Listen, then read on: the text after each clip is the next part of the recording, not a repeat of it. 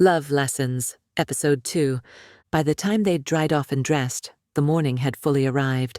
Light spilled through Amara's kitchen window in long golden beams, warming the countertops and the small space between them. She was wrapped in an oversized hoodie, his actually, and padded across the tile, barefoot. Do-Hwan was already fiddling with the coffee machine, pretending he knew what he was doing, but clearly reading the buttons one by one. "You don't drink coffee," she said, voice still sleepy. He looked over his shoulder, smiling sheepishly. "I figured I'd make it for you. I owe you that much." "You owe me," she said, cocking her head. Do-Hwan turned to face her, a mug now half full and definitely too strong. "Yeah, for barging into your shower, for not knowing what to say after last night, for leaving, even if it was just for a minute." Amara accepted the mug and took a sip, grimacing. "You're lucky you're cute." He chuckled. "So you'll keep me around?" "I haven't decided yet." They stood like that, grins tugging at their lips. Then she softened. "I've never had this before," she said quietly, her gaze fixed on the mug. Not just the sex, but the waking up with someone, making tea, talking, the small things. Do-Hwan stepped closer. "Me neither. Not like this." She looked up at him, eyes scanning his face for any sign of doubt. "So what do we do now?" "We eat," he said, walking to the fridge. "You have eggs, half an onion, and like a single grape." Amara laughed. "It's been a week. Then I'll make it a gourmet struggle meal." He handed her a pan, and she prepped the eggs while he chopped the onion with unnecessary flair, doing a little shoulder dance as he worked. It made her laugh, the kind that bubbled from her chest. The breakfast was unevenly cooked. The toast was a little burnt. The grape was split in half and placed on each plate like a garnish. But when they sat across from each other, knees brushing under the table, it didn't matter. "This feels like a beginning," she said. Do-Hwan reached across and brushed his thumb over her knuckles. "Then let's not rush it. Let's just keep waking up, keep making weird breakfasts, and see where we end up." She squeezed his hand, then let it go slowly. "I think I could like that." 3 months had passed since the morning of the burnt toast and halved grapes, and in that time, something had settled between them, real, warm, constant. Do-Hwan called it our rhythm. It wasn't perfect. She left hair ties all over his apartment. He left the fridge open longer than necessary, but the fights never stuck, and neither did the silence. They'd begun folding into each other's lives, like music lines meeting on the same sheet, different, but made to harmonize. So when Do-Hwan asked if she'd come with him to his parents' home again, this time as his girlfriend, Amara said yes. Her voice hadn't wavered when she agreed, but her stomach had. It was different now. There were stakes. The train ride to the countryside was quiet but sweet. Amara leaned on his shoulder as he read off names of towns and teased her about how dramatic she got whenever she was nervous. He'd kissed the top of her head, just once, as if to say, "You're mine, and it'll be okay." His parents greeted them with polite nods, and this time Do-Hwan didn't just introduce her. He took her hand in front of them. He said her name like it was the only one he'd ever say that way. His mother blinked slowly. "Ah, so it's serious." "It is," Do-Hwan said. They were seated over a modest table of warm broth, grilled fish, and banchan. His father asked Amara where her family was from. His mother asked about her job. Her Korean faltered a few times, and her cheeks turned red. But Do-Hwan translated when needed, sometimes teasingly, sometimes protectively. When his mother excused herself to prepare tea, Amara whispered, "She doesn't like me, does she?" Do-Hwan turned to her, serious. "She doesn't know you yet, but she sees how I look at you, and that means something."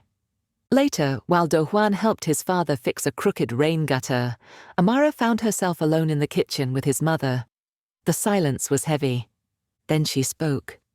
"You are not what we expected," the woman said bluntly. "But I see he is happy." Amara nodded, unsure how to respond. "I'm trying to take care of him." "You are not Korean." "No. You are not traditional." I know, but you have eyes like someone who doesn't want to leave. Amara blinked. That matters, his mother said. For someone like him, that matters a great deal. Back home. It was late, well past midnight, when Do-Hwan found the envelope in his mailbox. Amara was already asleep in his bed, curled toward his pillow, hair fanned out like waves against the cotton sheets. He'd promised he'd be back with snacks and her favorite fizzy water, but the walk back from the corner store had taken longer than it should have. Something had tugged at him, a feeling, and then there it was. A thick white envelope, the government seal in bold red ink, his name printed neatly across the front. He didn't open it right away. He didn't need to. He stood under the kitchen light, the envelope in hand, listening to the distant sound of Amara's breathing from the bedroom. Soft, steady. His throat tightened. They'd been so good lately. Lately had felt like forever. Breakfasts, long walks, museum dates, sleepy Sunday mornings where she read while her feet tangled with his beneath the blanket. She was his rhythm. She was his peace. And now, he slid the envelope into the back of a drawer, shut it, locked it, just for tonight. When he returned to bed, Amara stirred. You were gone a long time, she mumbled. Got distracted, he whispered, brushing the hair from her cheek. Found something, but I'll deal with it later. She didn't ask what. She just reached for him, pulled his arm around her waist, and fell back into sleep. But Do-Hwan stayed awake, eyes open, one hand wrapped tightly around her middle, the other clenched quietly against his side. Amara wasn't snooping. She'd been looking for batteries. Do-Hwan always forgot where he put them. The TV remote had died halfway through their movie night, and he was off taking a phone call in the other room. She opened the second kitchen drawer and sifted through pens, takeout menus, and a half-used notepad. No batteries. She moved to the lower drawer, the one that stuck halfway when you pulled too fast. Inside, jammed between expired coupons and a pack of incense they never used, was a thick white envelope. She paused. The seal caught her eye first. Korean Military Manpower Administration. Bold. Official. Her fingers went cold. Her name wasn't on it, but she didn't need to see it. It was addressed to Do-Hwan, and something in her chest turned to lead. Carefully, almost reverently, she set it on the counter. She didn't open it. She didn't need to. When Do-Hwan returned, still smiling from whatever his friend had said on the phone, he stopped short, saw the envelope, saw her face. You found it, he said quietly. Amara looked up. When did you get it? A few nights ago. And you weren't going to tell me? I was. I just wasn't ready. Her voice was even. And when were you going to be ready, Do-Hwan? He sighed, crossing the kitchen slowly. I wanted one more weekend, one more laugh, one more morning waking up with your feet tangled in mine, before everything had to change. Amara looked back down at the envelope. Her fingers hovered above it. How long? 3 weeks, he whispered. It felt like a countdown had begun, uninvited, unstoppable. She blinked a few times, then looked up at him, her voice tight. So we don't have forever. Just a few borrowed days. He nodded. I didn't know how to say it without hurting you. She forced a small smile. You didn't. The letter did it for you. Do-Hwan reached for her, but she stepped back, not out of anger, but to breathe, to feel her own pulse, to stay standing. I'm not mad, she said. Just scared. I know. He finally stepped closer, slow and deliberate, until his forehead rested against hers. Then let's be scared together. Do-Hwan woke before dawn, even though his alarm hadn't gone off. His eyes were open, but the room was still soaked in dark blue, the sky just beginning to hint at morning. Amara was still asleep beside him, curled into the space between his shoulder and chest. Her breathing was steady, peaceful. One of her hands was tucked under her cheek, and the other rested lightly over his heart. He didn't move. This was the part he couldn't prepare for. Not the uniform, not the barracks, not the discipline. It was this bed, This girl, the way her body fit against his like they'd been made to rest this way. It was her scent still clinging to his skin, the whisper of bay on her lips in the middle of the night. He stared at the ceiling. 3 weeks, that's what they were given after the letter arrived, and they spent them pretending not to count the days. Do-Hwan had done everything he could to stay present. They'd eaten all of her favorite takeout, raced go-karts at the pier, played hooky on a Wednesday, and didn't leave the bed. He memorized the way her eyebrows twitched when she was focused, the shape of her laugh when she was wine-drunk, and the little snort she swore she didn't make when he kissed her neck just right. And still, it wasn't enough. Quietly, he eased out of bed. He took one last look at her before heading to the bathroom. When he returned, she was still asleep, but her hand was now curled into the space where his chest had been. His throat tightened. Downstairs, his bag was already packed. His parents would meet him at the intake center. Amara would come too. She'd insisted, though he never asked. She said it was important. She said she wanted to be the last face he saw before everything changed. Do-Hwan took his jacket from the hook near the door and paused when his fingers brushed the sleeve. The heaviness of it hit him all at once. He wasn't afraid of serving. He'd trained for it, readied himself for it. But the idea of walking away from this, of walking away from her, felt like leaving the only safe thing he'd ever known. He heard soft footsteps on the stairs. Amara stood there, wrapped in a blanket, sleepy-eyed and barefoot. "You were gonna leave without waking me?" He looked at her and smiled faintly. "Didn't want to cry before breakfast?" She crossed the room and wrapped her arms around his waist, burying her face into his chest. Too late. He held her tighter than he meant to. They didn't say anything for a while, just stood in the hush of the morning, holding everything they couldn't say. When it was finally time, he walked with her to the car. On the ride, they didn't play music. Just fingers entwined on the center console, her thumb tracing slow circles on his knuckle.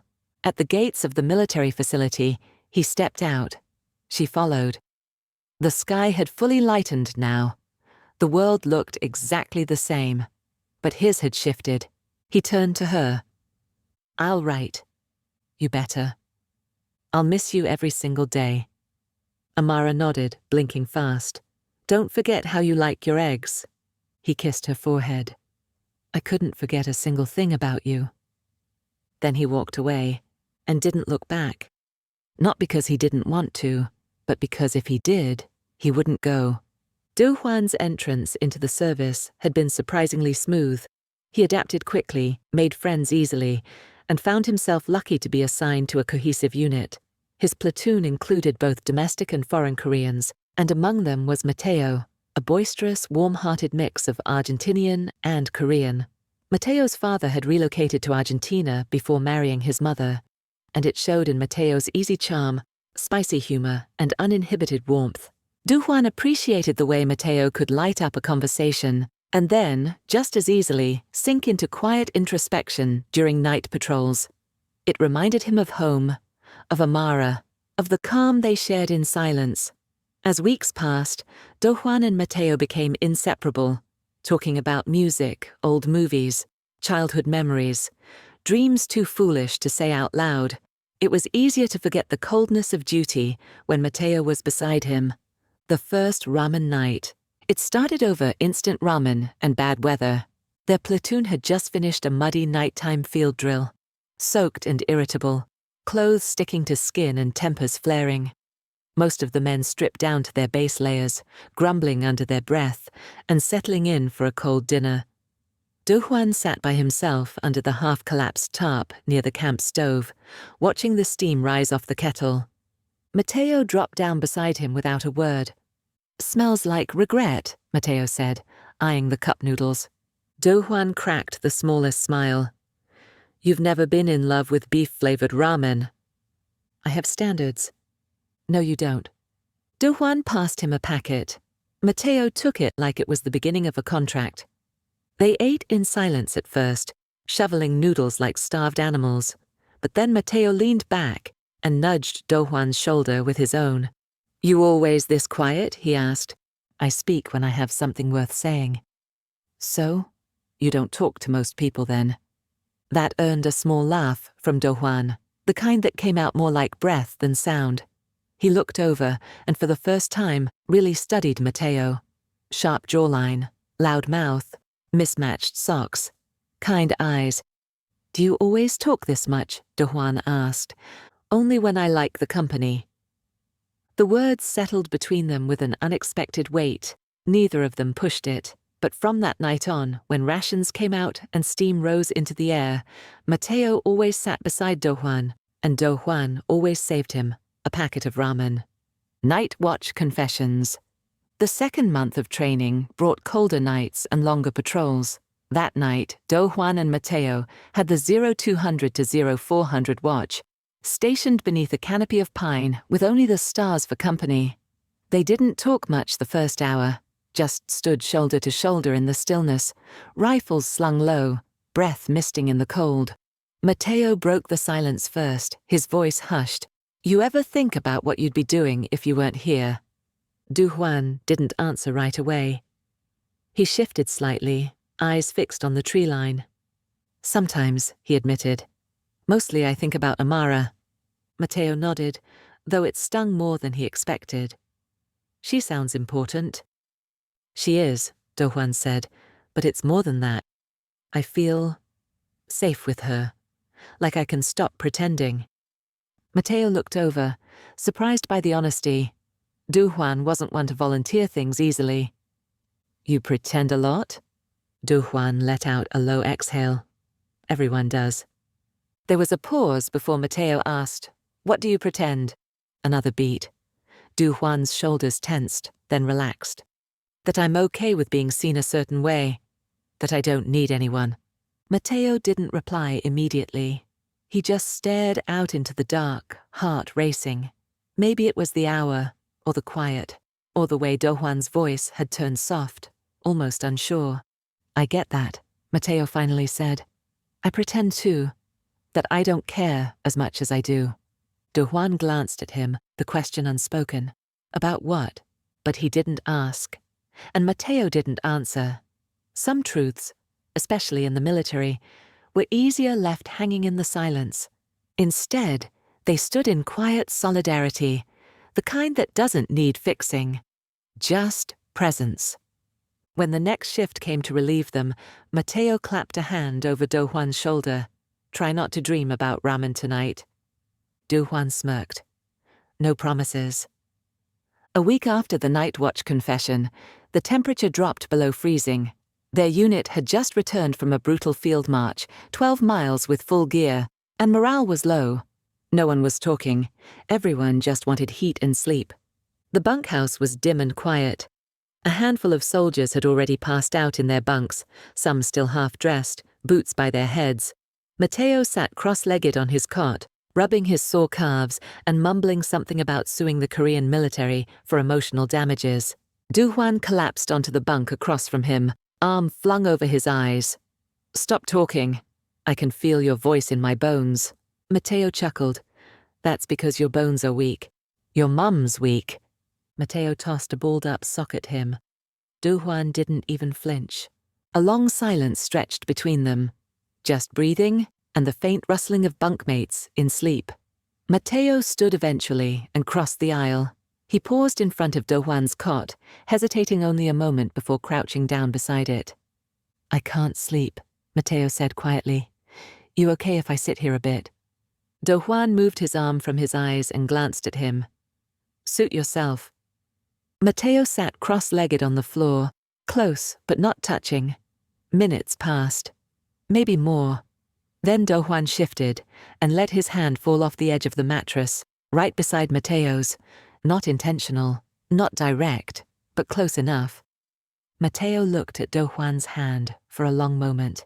Then, so lightly it could have been imagined, he brushed his fingers against Do-Hwan's knuckles. Do-Hwan didn't pull away. He didn't say anything either. They just stayed like that, fingertips barely grazing, until Mateo's eyes fluttered shut and his head rested against the side of the bed. Do-Hwan stayed awake longer, staring at the ceiling, heart thudding for reasons he wouldn't admit even to himself. In the morning, neither of them mentioned it. Not the touch, not the quiet, not the safety they found curled into that silence. The first time Mateo covers for Do-Hwan. It had been a brutal week of drills, with tempers flaring and sleep in short supply. Everyone was on edge. The squad leader barked orders like a man possessed, and tensions rose with each passing hour. By Thursday morning, Do-Hwan was fraying. His eyes were dull from lack of sleep. The letter from Amara the night before hadn't brought comfort. It brought ache. She wrote about seeing the first snowfall, how she missed his laugh, and how she had left his toothbrush on the windowsill so it would catch the sun. He hadn't expected that kind of intimacy to gut him the way it did. He didn't sleep at all. When roll call hit at 0600, Do-Hwan was pale and disoriented. He grabbed the wrong boots. He answered to the wrong name. And by the time they lined up for drills, it was obvious something was off. The squad leader narrowed his eyes. "Choi, what the hell is wrong with you?" Do-Hwan opened his mouth to answer, but nothing came out. Before the silence could stretch into punishment, Mateo stepped forward, his voice confident. "He's on cold meds, sir. I gave him the wrong dosage last night. That's on me." There was a pause. The squad leader scoffed. "You treating patients now, Martinez?" "No, sir," Mateo said. "Just trying to help my bunkmates sleep." "Won't happen again." The squad leader grunted and moved on. Do-Hwan didn't speak until hours later when they were in the mess hall, trays in hand. He sat across from Mateo, eyes searching. "You lied for me," he said quietly. Mateo shrugged. "You looked like shit. You could have gotten written up." Mateo met his gaze without flinching. "So?" Do-Hwan didn't respond right away. He just watched him, really watched him. There was something unspoken in Mateo's stare, not just friendship. Something deeper, protective, territorial almost. "You didn't have to," Do-Hwan finally said. "I know," Mateo replied, voice low. "That's why I did." Do-Hwan didn't say thank you. He didn't have to. He just nodded and took a bite of his rice. And for the first time in days, he felt the knot in his chest loosen. Mateo's first jealous moment. The mail drop came just before lights out. Do-Hwan's name was called, and he practically lit up. Mateo watched as his friend rushed forward, took the envelope with both hands, like it was made of gold, and tucked it under his shirt with care. A letter from Amara, again. Mateo smiled outwardly, but inwardly, something in him twisted. Back at their bunk, Do-Hwan was already reading. Sprawled on his cot, head propped up by a folded blanket, the letter unfolded like a map to somewhere warmer, safer, his lips curled upward at parts. He even laughed once, quiet and genuine. Mateo rolled over in his own bunk and faced the wall. He hated how well he could picture her. Amara, her handwriting, her perfume, her effortless way of making Do-Hwan smile like that. He'd never even met her, but she lived in Mateo's imagination like an unwelcome ghost, always nearby, always in the way. "She says she's been painting," Do-Hwan said aloud, not even looking up. "That's new. I didn't know she painted." Mateo didn't answer. "She said she misses the sound I make when I sneeze. Can you believe that?" Do-Hwan chuckled, then sighed, folding the letter back up with both hands and tucking it under his pillow like a relic. "Yeah," Mateo said, trying to keep the bitterness out of his voice. "Sounds like she really sees you." Do-Hwan turned toward him, brow furrowed. "You okay?" Mateo forced a laugh. "Yeah, man. Just tired. These drills are killing me." But inside he wasn't okay. He hated that he felt this way. Hated that he was jealous of a girl he'd never spoken to. But more than anything, he hated that he couldn't say any of it out loud. He stared up at the bunk above him, listening to Do-Hwan rustle in his sheets. If he had said those things, if he'd written those letters, would they have made Do-Hwan smile like that? Mateo closed his eyes. Sleep didn't come easy that night. It was past 2300 hours, and the forest air hung warm and still, the stars above them thick and impossibly bright. Mateo and Do-Hwan had been stationed at the southern observation point for nearly 3 hours, tasked with a simulation. Watch, Wait and report. No movement, no threat. Just silence. And stars. Do-Hwan was stretched out on his back against a patch of grass, hands behind his head, staring upward as if trying to read the sky. Mateo leaned against a low wooden fence, arms crossed loosely, one boot tapping the ground in a slow rhythm. They hadn't said much, but then again, they rarely needed to anymore. Amara is a lucky girl, Mateo said, his voice low, easy. Do-Hwan turned his head slightly, smiling. I don't know. I think I'm the lucky one. Mateo exhaled through his nose and looked up too, his gaze following the faint path of a satellite drifting across the sky. If you had 4 minutes with her, just 4, what would you do? Do-Hwan didn't even pause. Dance with her, he said softly. No phones, no lights, just music from her playlist, that old R&B stuff. It's slow and warm, like time bends a little when we're swaying together. Mateo smiled, though it tightened something in his chest. He stepped away from the fence, turned to face Do-Hwan fully. So, you miss dancing? I do. Okay. Mateo held out his hand. Do-Hwan blinked at him. What? Come on, I'm serious. Mateo chuckled to soften the tension, but didn't drop his hand. Nobody's around. Just us. I'm not going to make fun of you, His voice dropped a note. I just want to understand. Do-Hwan eyed the offered hand like it might burn him, but then, almost unconsciously, he reached out and let their fingers link. Mateo stepped in close, searching Do-Hwan's face. If I'm her, what do I do? Where do my hands go? Do-Hwan hesitated. His breath hitched in his throat. Usually, I'd, hold her waist. Mateo nodded once and wrapped his arm lightly around Do-Hwan's back. Their bodies were just barely touching. Mateo began to sway, slowly, side to side. After a moment, Do-Hwan followed. The silence between them grew thick. Mateo hummed, softly, tunelessly, and the stars seemed to bend lower toward them. Neither of them spoke. Mateo's voice dipped into Do-Hwan's ear. Is this okay? Do-Hwan didn't answer right away. He simply pressed closer.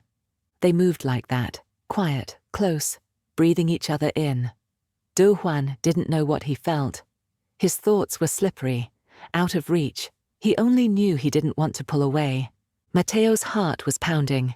He closed his eyes, trying not to show how badly he wanted the moment to last, how much he wished the man holding him knew. But Do-Hwan's mind wasn't blank anymore.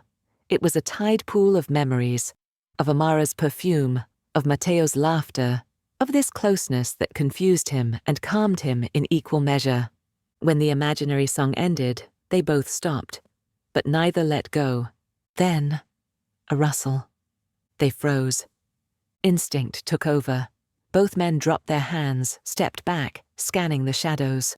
After a long pause, a cat darted out of the brush, its mewl comically loud against the stillness. The spell was broken. Neither man laughed. They spent the rest of the night in silence. But later, when their shoulders brushed while packing gear, neither of them flinched. And that night, long after lights out, Mateo whispered Do-Hwan's name into his pillow. Not loud enough to be heard, but enough to feel it. The morning after, Mateo and Do-Hwan. Morning drills came early. The sun had barely crested over the hills when the loud bark of the duty officer sent the men scrambling out of bunks and into uniform. Do-Hwan and Mateo barely acknowledged each other as they dressed, just the routine nods and grunts they offered everyone else. No special looks, no comments, nothing, but the silence between them said everything. During the warm-up jog, Mateo stayed one pace behind Do-Hwan, not because he was slower, but because he didn't trust himself to run beside him. His mind replayed their dance. His hand on Do-Hwan's waist, the scent of pine and soap, the slight pressure of their bodies touching. Had he imagined the way Do-Hwan had leaned into him? Do-Hwan felt Mateo behind him, every step, every breath. He was hyper-aware of the gap between them, just a few inches, but it felt like a canyon. He didn't know what last night meant, didn't even know if it had to mean anything. But it had stirred something in him, something gentle, something dangerous. After PT and breakfast, they were assigned rifle cleaning duty together, a quiet job. Just the two of them seated on opposite ends of a folding table, hands busy with metal and oil. The occasional clink of parts and brushes between them. Mateo broke the silence first. "I didn't mean to make things weird last night." Do-Hwan didn't look up. He kept working the rag over his rifle barrel. "You didn't?" Mateo glanced up. "You sure?" "I am." A long pause. "You let it happen, though." Do-Hwan stopped cleaning, set his brush down. "Yeah, I did." Mateo's voice dropped, just above a whisper. "You didn't pull away." "I didn't want to." That admission sat between them like a heartbeat. Mateo leaned back slightly, exhaling. "So, where does that leave us?" Do-Hwan finally looked up, eyes meeting Mateo's. "Right here. Still friends, still cleaning rifles." A slight smile curved at the edge of his mouth, maybe with a few new questions. Mateo chuckled, quiet and dry. "Story of my life." They returned to work, but something had shifted. Not in a dramatic way, but like the way two stars shift in orbit. Just enough to make gravity feel a little different. Later, as they stood in the canteen line, Do-Hwan nudged Mateo with his elbow. "Hey, you still hum when you're nervous." Mateo smirked. "Only for special occasions." Their trays clattered with cheap utensils and lukewarm rice, but as they sat down together at the far end of the table, their laughter, muted and private, was louder than it had been in days. Family day. Tension on the tarmac. The base was unusually cheerful, balloons tied to fences, paper signs flapping in the breeze, families trickling in through security. A band was playing something upbeat, and the scent of grilled meat and sugary buns wafted from the mess hall. Do-Hwan stood near the barracks in full uniform, sunglasses masking his tired eyes. He scanned the crowd half-heartedly. His parents were coming later. Mateo's mother had sent snacks from Argentina. It was supposed to be a light day, a happy one. Then he saw her. Amara. Her hair was loose, wind-blown from the bus ride. She wore a soft blue blouse and held a small gift bag in one hand. She looked unsure, eyes sweeping the crowd, scanning uniforms, pausing whenever she thought she saw him. His chest clenched. He hadn't expected her to come. She'd said she wasn't sure. He hadn't pressed. But here she was. He started walking toward her when a familiar voice behind him sliced the moment in half. "Well, this is unexpected." "Grace." He turned around slowly. She was in civilian clothes, form-fitting black, sunglasses perched on her head like a crown. Grace always dressed like she was in control, but her eyes, they darted. Just once. Toward Amara. Do-Hwan's mouth went dry. "Grace, you didn't say you were expecting company." Her smile didn't reach her eyes. "I didn't know she was coming." Grace tilted her head. "But you hoped." Do-Hwan said nothing. Across the field, Amara caught sight of them, him and the woman standing far too close. Her steps faltered. The gift bag slipped a little in her grip. She didn't walk over, just watched. Grace noticed. "She's not your girlfriend, is she?" "That's none of your business." Grace's laugh was bitter. It wasn't. But maybe it should have been. She walked off without another word. Do-Hwan stood rooted for a second, then turned toward Amara. Just as she turned away, she was walking toward the tables, alone. Smile returned. Shoulders straightened. Like she'd seen nothing at all, but he knew better. And Grace? She wasn't done either. Family day fallout, tangled threads. The sun had started its slow descent, stretching shadows long across the courtyard. Laughter echoed from the food tent, where soldiers and their families gathered for the late lunch buffet. Do-Hwan hadn't moved from his spot under the shade tree. His uniform felt stiff, too formal for the chaos unraveling around him. Mateo approached, 2 sodas in hand. That was awkward. Do-Hwan didn't reply. His eyes were trained on Amara, seated alone at a corner table. She was laughing politely at something one of the officers' wives said, but her fingers fidgeted with the edge of the napkin in her lap. Was she the one who showed up in the black? Mateo asked. Do-Hwan gave a slight nod. And the one at the table, that's Amara? Another nod. Mateo chuckled, but there was a jagged edge to it. Damn, Dee, you've got a whole drama series going on over here, and I'm just the background actor holding props. Do-Hwan finally turned to him. It's not like that. Really? Because I saw 3 episodes play out in 15 minutes. The ex, the secret girlfriend, and the current girlfriend walk into a military base. Want to guess who walked away mad? Do-Hwan groaned. Grace isn't my girlfriend. She never was. It was just uncomplicated. And Amara, she's the complication I never want to be without. Mateo looked away, his jaw clenched. Lucky girl. The words hit different this time. Before Do-Hwan could respond, Grace returned, uninvited, arms crossed, face a battlefield of poise and venom. She looks sweet, she said, nodding toward Amara. But I wonder if she knows how sweet you are when you're being held. Mateo stepped forward, instinctively putting himself between them. Back off.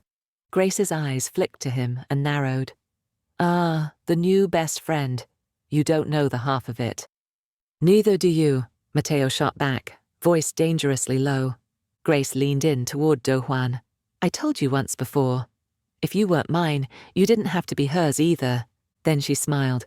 But don't worry, lover boy. I'm not here to fight, just wanted to say goodbye properly. And with that, she walked off, leaving silence in her wake. Do-Hwan stood still, pulse pounding. Mateo hadn't moved either. Amara was still seated at the table, unaware of what had just been exchanged.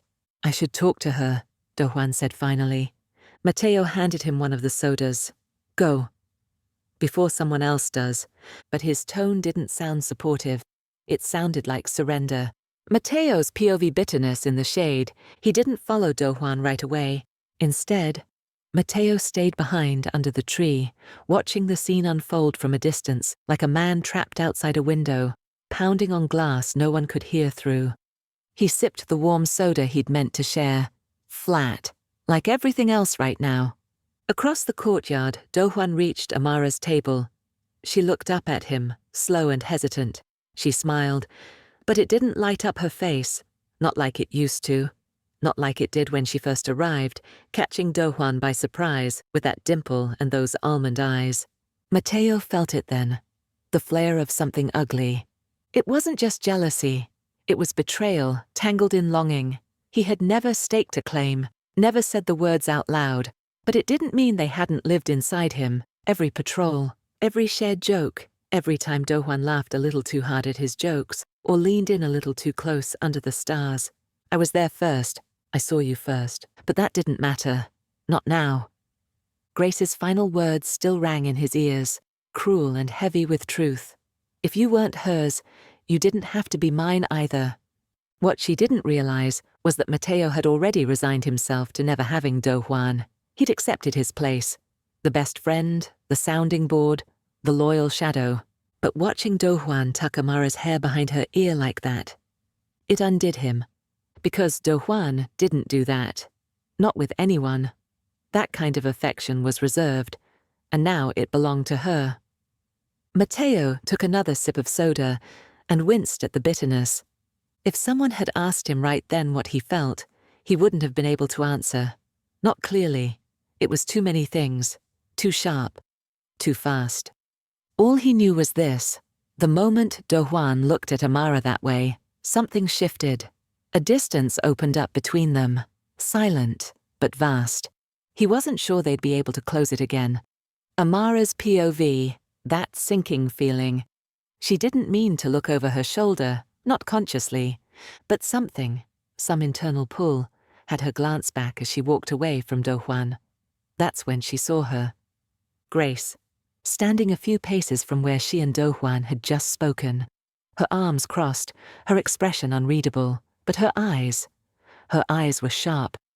Amara turned back around and kept walking. She wasn't sure if Grace had heard the conversation, or if she'd been there the whole time. But it didn't matter, did it? Something was off. had been off since the moment she arrived. Do-Hwan's smile hadn't reached his eyes. He'd held her hand like he wasn't sure if he should, and when he'd touched her cheek, it felt like he was trying to remember something, not feel it. He was hiding something. No, someone. Her gut was whispering it, low and steady like a warning tone under music. And Amara had learned long ago, you don't ignore that whisper.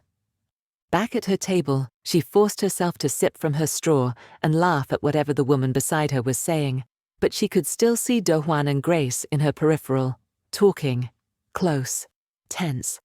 There it is. Whatever they were to each other, it hadn't ended. Not really, and now it was spilling into the space she thought she was building with him. Amara folded her napkin into sharp little squares and felt that old, familiar ache pressing against her ribs, the one that said, "You were a beautiful distraction." But he already belonged to someone else. Grace's POV, what she saw, was enough. Grace hadn't planned to watch. She hadn't even planned to show up. Not until a friend in her unit mentioned seeing Do-Hwan's name on the family visitation list, and like a moth to the flame, Grace had come. Not for drama, just for confirmation. And confirmation is what she got. There they were. Amara's hands were soft on his chest. Do-Hwan touched her cheek like he was apologizing for something. It wasn't a kiss, but it didn't have to be. That softness used to be hers. Grace stood beneath a row of trees near the food tents, partly hidden, sipping on a cup of iced barley tea that had long gone warm. Her nails bit into the plastic cup. Her expression stayed neutral, just like she'd practiced, but inside, her insides curled. So this was it. They'd never promised each other anything. That was the agreement. Keep it light. Don't interfere in each other's lives. Don't ask questions. But she had asked. Grace saw everything in the way he looked at that girl. Not with lust, with love, something real. And he never looked at me like that, Grace thought, even when I was in his bed. Later that evening, Grace found him behind the dorm barracks, halfway through a bottled coffee. He looked startled when she called his name, like a man caught stealing. "Grace," he said, standing straighter. His voice was cautious. "I wasn't going to say anything," she started, crossing her arms, "but I think I need to." He didn't answer. He just looked at her with that unreadable calm that always made her feel like she was the only one spiraling. "I saw you," she said. "With her." Still, he said nothing. Only his jaw tensed. "Was that what it was?" Grace pressed. "The reason you've been radio silent. The reason you haven't come by. You found something better?" Her words were draped in spite. "Grace," he began, his voice low, "we talked about this." "No," she snapped, heat rising. "You didn't. And that's the problem. Do-Hwan, you were feeling something. You just didn't tell me." A pause. "I never slept with you while you were with someone," he said finally. "I wouldn't do that. I told you that at the apartment, and I am telling you now." "Right," Grace said. "So, you're okay with sleeping with me as long as it is convenient for you." He looked away. She laughed bitterly. "You know, I didn't expect you to be mine. Not initially, Do-Hwan." "But," Grace inhaled dramatically, "look at her. What future is there with her?" Grace rethought her words before she continued. "We look good together." Her brows knitted. "I thought we made a good team. Our sex is great, our chemistry is a vibe. I thought I could be enough for you." She blurted. Grace had no shame, no filter. "Why don't I matter?" Her tone was somewhere between hysterics and pleading. "You do matter," Do-Hwan said softly. Grace stared at him, eyes glinting with 1,000 words she couldn't bring herself to say. "Not enough," she whispered. And with that, she turned and walked away, her spine straight, her fists clenched. She wouldn't cry. Not here. Not for someone who never once called her his. Mateo's POV, guard dog instinct. Mateo had been leaning against the edge of the barracks, out of sight, but not out of earshot. He hadn't meant to eavesdrop. But Grace had a voice like a blade, sharp and deliberate, and once he caught her tone, he knew it wasn't a casual chat. The words, "You found something better?" echoed in his chest like a punch he hadn't expected to feel. He saw the look on Do-Hwan's face when she walked away, stone still but aching under the surface. Mateo didn't like it, so when Grace rounded the corner alone, eyes sharp and shoulders set like steel, he stepped forward. "You done?" Grace startled, her lips parting slightly. "Excuse me." "With Do-Hwan," Mateo clarified.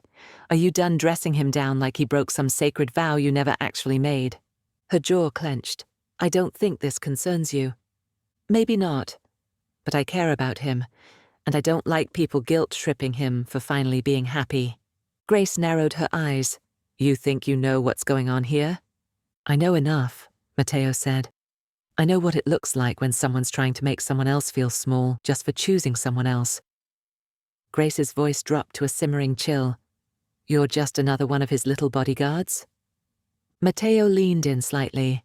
"No, I'm just someone who sees the difference between love and possession. You didn't lose him, Grace. You just never had him." She stared at him for a long second. Nothing said, but everything felt. Then she gave a half smile, the kind that held no humor at all. "Careful, Mateo," she said softly. "You might want him too badly to notice when he stops looking back." And with that she turned and walked away. Mateo's chest was tight. He hadn't expected her to see him that clearly, but even so, he wouldn't take it back. Not one word. Because Do-Hwan deserved more than guilt and confusion. And if Mateo had to be the one who reminded him of that, he would. Every damn time. Family day. The end of the visit. The sun had begun its slow descent, casting long shadows across the military grounds. The laughter and idle chatter that once filled the area now faded into the soft drone of goodbyes and rustling plastic bags. Amara stood at the edge of a grassy clearing with Do-Hwan, a little removed from the rest of the visitors. The last remnants of her packed lunch sat in a bag between them, half-eaten fruit, a bottle of water, and the chocolate she brought because she remembered he liked it. He had been careful with her all day. Gentle. He'd taken the heavier bag without asking. He'd wiped sauce from the corner of her lip with a napkin like it was the most natural thing in the world. And when her hand got cold, he had slipped hers into the pocket of his uniform coat without a word.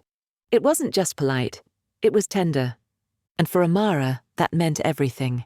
She didn't ask about Grace, didn't ask what had been said, or why Do-Hwan's mood had shifted for that long, 5 minutes after their brief encounter. She just stayed close. She leaned into the warmth he gave off like sunlight that couldn't last. Now, with the clock ticking down, she tried to memorize everything. The slope of his shoulders, the scar at the corner of his chin, the way he looked at her when she wasn't trying to get him to. He gently took her face in his hands. "You okay?" he asked quietly, his thumbs grazing her cheeks. Amara nodded, then shook her head. "No, but I will be." A smile ghosted across his lips. He leaned in, pressing a soft, reverent kiss to her forehead, then her nose, then finally, her mouth. She closed her eyes, letting it sink in. It wasn't rushed, it wasn't hungry, it was intentional, the kind of kiss that asked, "Do you still trust me?" She kissed him back with her answer. "Yes, but I don't know for how long."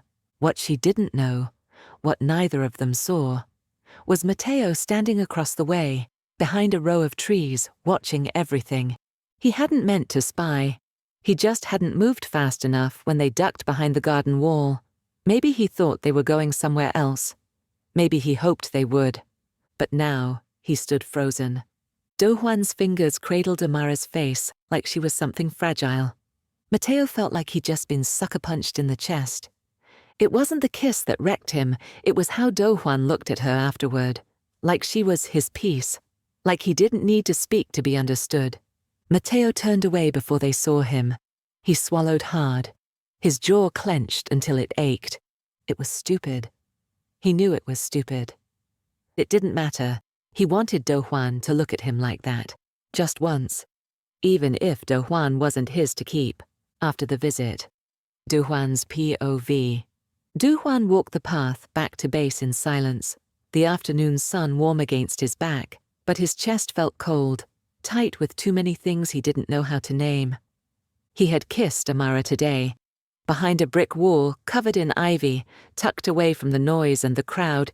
He had pulled her close, kissed her like she was the only person in the world. Because in that moment, she was. He loved her. That much he knew. Her steadiness, her laughter, the way her hand fit in his without needing explanation. She was the piece of home he hadn't realized he needed until the day he met her. And today, when she leaned into him with that familiar softness and hope in her eyes, he felt like he could breathe again. But the day hadn't been just about her. Grace had surprised him, not just by showing up, but by the unspoken emotion etched in her expression. They had never been anything more than comfort.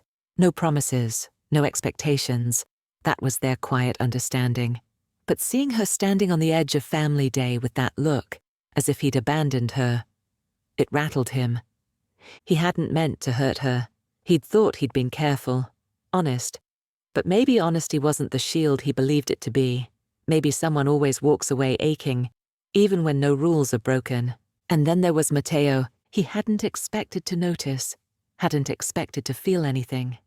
But when he spotted Mateo watching from the trees, eyes catching that stolen kiss with Amara, Do-Hwan had felt something sharp sink into his gut.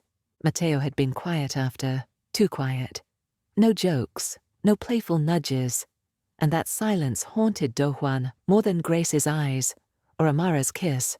What was that? Why did he care so much if Mateo had seen? It wasn't love. Not like Amara, but it was something. A closeness that had crept up over time, in night patrols, and shared stories and dumb jokes that became rituals. He needed Mateo in a way that didn't make sense yet, and that confused him more than anything else. He stuffed his hands in his pockets and kept walking. The sun was almost down now, casting long shadows across the dirt path. He'd kissed the woman he loved. He'd hurt someone he hadn't meant to, and he'd unsettled something deep between him and his best friend. No one tells you how heavy love can feel, especially when you don't know where to place it all. Coastal motel, late-night confessions. Days after Do-Hwan and Mateo returned from their shift, the universe was good to them, or maybe it was cruel. They'd been granted a weekend pass. Do-Hwan had an opportunity to make a few calls. His first was to Amara. "Hey, bae," she squealed. And for the next 3 minutes, Amara rapid-fired questions, one after the other. Just hearing his voice sent her spinning. And finally came the part where they exchanged, "I miss you." A heavy pang of guilt had parked itself in the pit of his stomach. She asked when he'd be able to come home. He said he wasn't sure, but that he'd try to get leave soon. He lied to Amara. This was the first time that he wasn't truthful with her. He had some things to figure out. The morning they were preparing to leave, Mateo mustered the courage to speak directly to Do-Hwan, and he was mindful to tread it lightly. "You excited to go home?" he said, trying to sound light-hearted. "No, not this time," Do-Hwan replied. "Oh," said Mateo. "You have plans to visit your parents? I am sure your mum will prepare lots of food, or maybe they'll take you to a big dinner." Do-Hwan sighed. "I am not going there either. I'm going to get a room and just hold up there. Maybe I'll leave for food." Do-Hwan gave a sideways grin. "All by yourself?" Mateo asked. "Yeah, well, maybe," Do-Hwan said. "Maybe?" Mateo said, concerned. Do-Hwan studied Mateo's clearly puzzled expression. "All by myself." The pause. "Maybe," he said again. Do-Hwan turned his attention back to packing to leave when Mateo asked, "Can I come?" Without looking up, Do-Hwan said yes. Coastal motel, nightfall. The two found themselves in a motel room several provinces away. The area was coastal, yet butted up against rolling hillsides. Small mom-and-pop eateries were tucked within walking distance from the motel. Do-Hwan checked in, and the owner didn't bat an eye. He even offered a few recommendations on what to do in town and sent the boys on their way. Mateo was in disbelief that he'd made it this far with Do-Hwan, that he'd get the chance to be totally alone with his best friend and crush. And maybe, if he was lucky enough, he could muster the courage to have a real conversation, to tell Do-Hwan how he felt, and then be ready for whatever response might come. I won't be disappointed, Mateo kept repeating to himself. I've come this far. The room was surprisingly nice. Their view overlooked the ocean. There was a single queen-sized bed, but that was because Do-Hwan hadn't planned on having company, or so he told himself. They moved in silence. Once their bags were set down, Do-Hwan walked to the large bay window and stood there, watching the blue surf roll in. He cracked the window just enough to let in the sounds and scent of the sea. He inhaled deeply, the salt in the air, then tugged the blackout curtains halfway shut, allowing only a sliver of light to spill into the room. Mateo hadn't moved. He stood near the door, watching, waiting for a signal that it was okay to settle in. His guard was still up, even after the invitation to come, even after the long bus ride, even now, in this dim and quiet room. What do you think about this room? Do-Hwan asked, still facing the ocean. It's nice, Mateo replied. Did you see the ocean view? Not really. You should come see this. The sea is beautiful. It's such a force, Do-Hwan said, sounding distant, thoughtful. What do you think is fighting those waves? He asked. Mateo furrowed his brow. What do you mean? Do-Hwan didn't answer right away. Mateo stepped up beside him. He was half a head taller, and from this close, could feel the electricity between them. His heart was thudding in his chest. Don't blow this, he told himself. Don't blow this. Do-Hwan turned to face him, fully this time. A narrow beam of light sliced across his features. One of his eyes glowed amber, the other shadowed brown. The contrast took Mateo's breath away. He couldn't move. His legs felt locked in place. Do-Hwan stepped even closer, slowly, deliberately. And then, in silence, he reached for the curtain and shut out the remaining sunlight.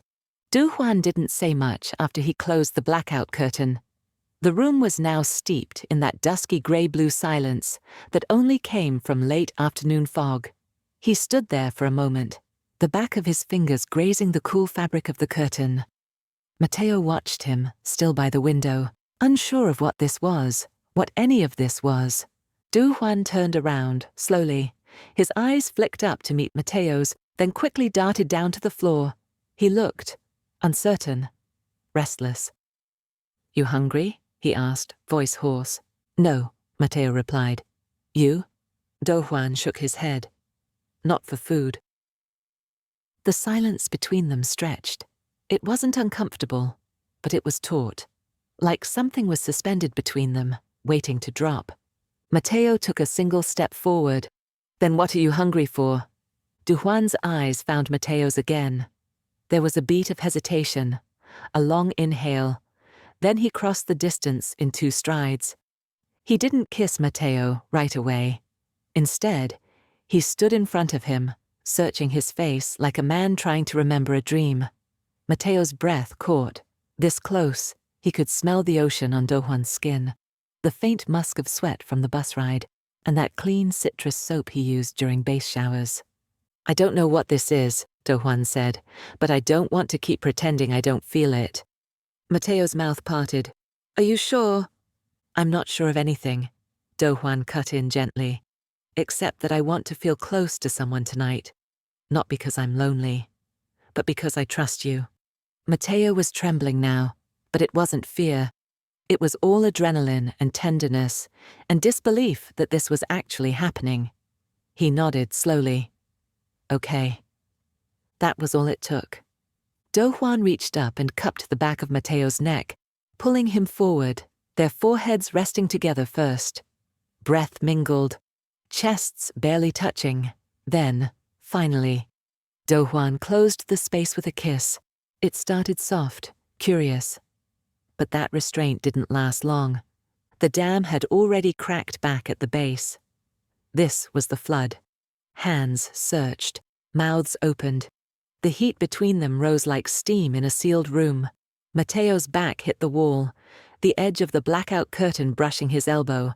Do-Hwan pressed into him, chest to chest, hips grazing, and it was clear now, he wasn't holding back. Clothes came off in pieces, shirts over heads, belts unfastened in haste. They stumbled to the bed, laughter slipping out between feverish touches. The queen-sized mattress dipped beneath them. Mateo slid under Do-Hwan easily, fingers tracing the curve of his spine. Do-Hwan leaned down and kissed him again, deeper this time. There were no scripts, no labels, just instinct. Touch by touch, they mapped each other's bodies in reverent silence, punctuated by soft gasps, broken moans, and the pulse of the sea crashing outside. Mateo's name sounded different from Do-Hwan's lips, like something sacred, and Do-Hwan, normally so composed, looked undone in the low light. When it was over, they lay tangled in the sheets, breathless. Do-Hwan rolled onto his back, arm resting behind his head, the other slung across Mateo's chest. Mateo was the first to speak. "You lied to her." Do-Hwan stared at the ceiling. "Yeah." Mateo turned to him. "Why?" Do-Hwan swallowed. "Because I didn't want to lie to myself anymore." The room had gone quiet, except for the hum of the old refrigerator and the distant hush of the ocean. A soft breeze slipped in from the cracked window, rustling the edge of the curtain. Do-Hwan lay on his side, propped up on one elbow, watching Mateo's chest rise and fall with every slow breath. Mateo was staring at the ceiling, eyes wide open. He hadn't said much after they'd come down from the rush of it all. His body was still humming, his mind a mess of disbelief, relief, and growing fear. "Are you okay?" Do-Hwan finally asked, his voice barely above a whisper. Mateo nodded. "Yeah, I think so." Do-Hwan reached over, brushed a damp strand of hair from Mateo's forehead. "You're really quiet." "I'm trying to not ruin this," Mateo said softly. "Trying not to say something stupid." "You won't." Another stretch of silence. But this one felt different, less like distance, more like something waiting to be named. "Can I ask you something?" Mateo turned his head to face Do-Hwan. "Yeah." "Why me?" Do-Hwan blinked. "What do you mean?" Mateo exhaled through his nose. "I know you love her. Amara, I've seen the way you look when you talk about her, the way you smile. So, why me?" Do-Hwan didn't answer right away. He rolled onto his back, eyes tracing the cracks in the ceiling. "I don't have an answer that makes sense," he finally said. "I thought I had everything figured out. But this, us, feels like something I didn't know I was missing." Mateo shifted onto his side to look at him. "So, this was a one-time thing?" Do-Hwan turned to meet his gaze. "No, it wasn't. I don't want it to be." Mateo's heart stuttered. "Then what is it?" "I don't know," Do-Hwan said honestly, "but when I'm around you, it's quiet in my head. Even with everything going on, with her, with the bass, I feel calmer, like I don't have to be anyone but myself." Mateo blinked hard. "You don't have to say that just because I'm not," Do-Hwan cut in. "I meant what I said earlier. I didn't want to lie to myself anymore, about what I want, about what makes me feel whole." Mateo swallowed. "And Amara?" Do-Hwan looked away for a moment, then back. "I do love her. That's the hardest part. But I think some parts of me has been using that love as a shield, because it's safe, familiar." He paused. "You are not the safe option," Do-Hwan said quietly. "You make me feel things I can't explain. Scary things. Real things." Mateo's eyes brimmed with tears, but he blinked them away quickly. "That's the most beautiful and terrifying compliment anyone's ever given me." They both laughed softly, and then Mateo reached out to take Do-Hwan's hand beneath the sheet. Their fingers laced easily, naturally. "I don't want to be a secret," Mateo said after a moment. "Not forever." "I know," Do-Hwan replied, "and I don't want to make you one." They lay there, hands still joined, as the ocean outside churned in the dark. It wasn't resolution, but it was something closer to truth. And for now, that was enough. Hey everyone, I hope you enjoyed episode 2 of Love Lessons. Before you go, here are a few questions for you. Question 1. Burnt toast and bad coffee, cute or red flag? Question 2. Was Do-Hwan wrong to hide the military letter? Question 3. Does Mom's line, "not what we expected," feel like acceptance or a test? And question 4, what is Do-Hwan really chasing? Comfort, honesty, or change? Each moment means something different to everyone. What stood out to you most? Drop your thoughts in the comments, whether it's one question or all 4. Thanks for watching. And as always, like, comment, share, and subscribe.